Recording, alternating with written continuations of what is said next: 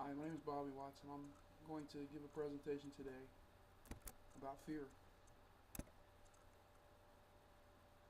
The title of my presentation today is How to Silence Your Biggest Hater.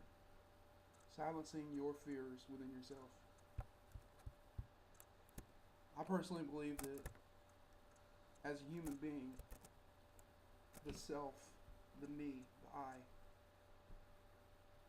is my biggest hater. But I've also learned that if you look at that contrapositive meaning of that, me can be the biggest cheerleader of me and transform my fears into strengths. Let me ask you a few questions about fear. How many times in your life have you let yourself down? How many times have you failed? How many times have you allowed yourself to feel sorry for yourself because you just could not muster up to your own expectations? How many times have you told yourself that I can't change? I'm not good enough. I'm not worthy enough to be like those perfect people. I really don't have the time to commit to something so uncertain like school, looking for another job. I'm too comfortable in my misery. You know, there's one question, one statement that totally just gets me. Totally has people. And that's the words, I'm afraid.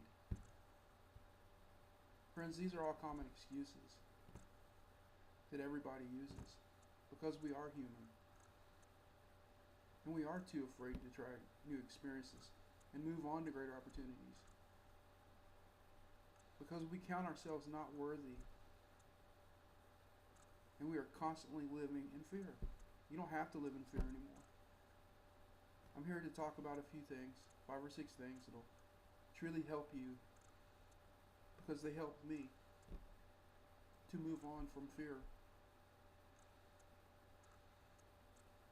and to doing different things and to having a different perspective on life. Everybody knows what fear is. It can be the classical definition. I found this definition online on Bing. And basically, it's a feeling of anxiety, an unpleasant feeling or apprehension caused by the presence or anticipation of danger. It's a frightening thought or idea or an entity that causes feelings of fear. Or it could be a reverence for someone or something, such as Jesus Christ. These are all classical explanations that define fear in our lives. Everyone watching this video right now knows what their definition of fear is. There's many examples that you could talk about. And I'll just leave that to you to let you come up with your own examples of fear. Usually when we fear, these can be crippling things that cause you just to become so anxious and so afraid that sometimes it might even stop you in your tracks. And this is called anxiety. Anxiety is actually another word for fear. It's a form of fear. It's certainly unpleasant. It's uncomfortable, but it's natural. It's a human condition. But that does not mean, because it's a common condition, that it can't be overcome. It can be overcome. It can be dealt with. And it may not disappear, but you can manage it. And these are just a few of the ways that I've come up with to deal with anxiety and fear in my life. First thing I've learned to do is take a deep breath every time I anticipate being anxious. You know, we all know anxiousness is going to occur. There are certain triggers and certain signals within ourselves that tell us that we're going to get anxious. We just know it. You may start sweating. You may start getting a lump in your throat. You may start being a little jittery, a little shaky. But take it from me. Just calm down, take a minute, and take a deep breath. Take another one. It's that easy. It releases so much inside of you. Now, there's some people that they may not work for you. You may have to be medicated on antidepressants. And just know if you use these antidepressants the right ways, they're tools that'll help you overcome your anxiety. It'll help you to use your anxious feelings and rethink them and rechannel them into constructive actions in your life. The second thing is to think about why you're getting anxious. Try to analyze whether or not this fear, this thing that's causing you to be anxious, is a life and death situation. You know, I found more times than not, I've been afraid of things that are trivial. You know, as Americans, we face very little danger every day compared to people that live in other parts of the world, like the third world. Here in South Texas, we're just a couple 100 miles away from one of the most dangerous areas on the planet in Mexico.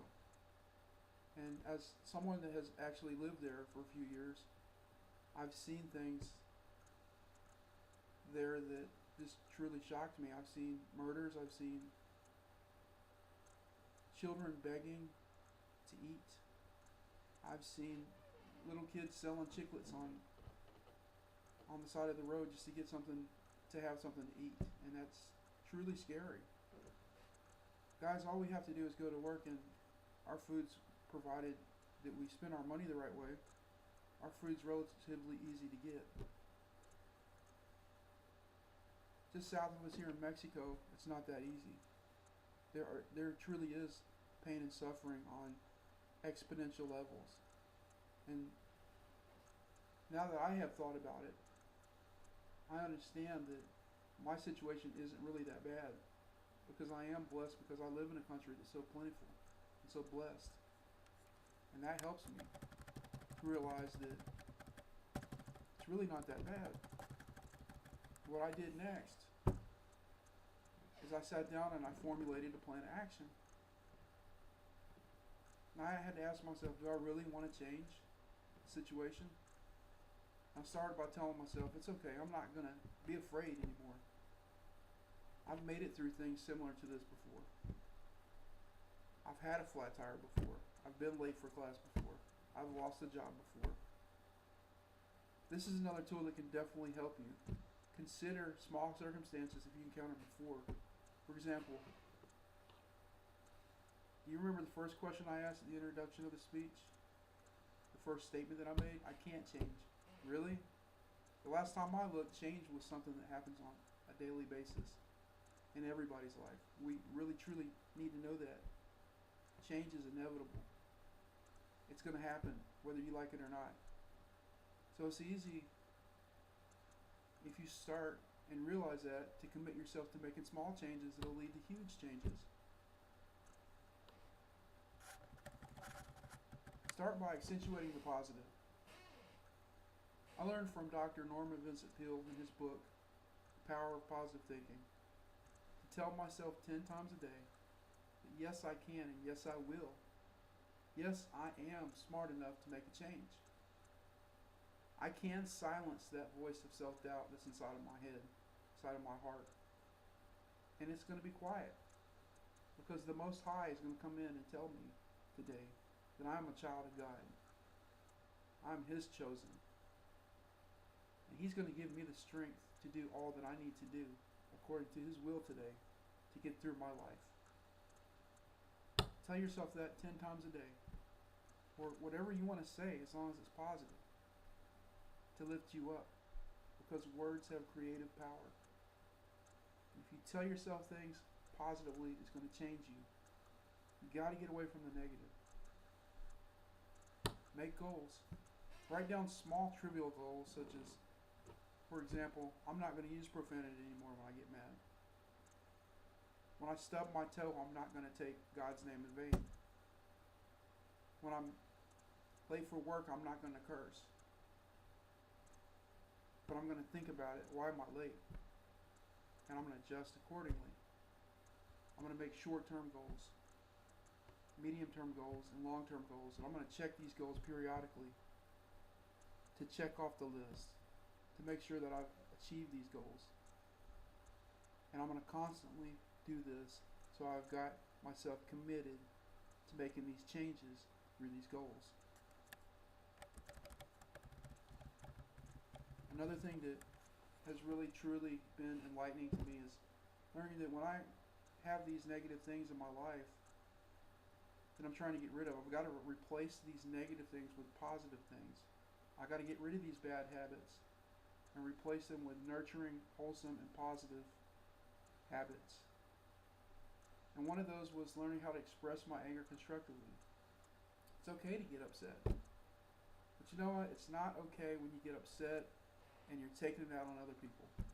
It's never healthy to express yourself in a negative way. Try to channel your anger into something positive, something constructive, like going for a walk, skipping a rope, walking the treadmill. Take your dog outside for 10 to 20 minutes. Trust me, exercise is one of the best things in the world to help you to deal with your stress. And you'll just be so surprised that not only is it good for you emotionally, spiritually, mentally, but it's really good for your body. Stress is one of the biggest killers of people in the world, especially in our country. Stress causes more heart attacks, more strokes, obesity. It leads to bad habits such as smoking cigarettes and becoming an alcoholic. Just because you're stressed out. Learn other ways to replace those bad habits you have with good, healthy habits. And the final thing, out of all that stuff, is to persevere. Never stop trying. Sure, you guys are going to fail. That's a human condition. But I'm telling you, it's well worth the effort to keep on trying. Failures are mostly forgotten when you have a success. Let me restate that, because I didn't say it good enough. Failures are most often forgotten when successes are recognized. So what does that mean? Don't accentuate the negative. When you have a success, celebrate. If you made it to work on time today, celebrate. Thank God. Tell him, thank you, Jesus, for letting me get here on time today. Thank you for getting me here. No matter what, persevere. Get up when you fall.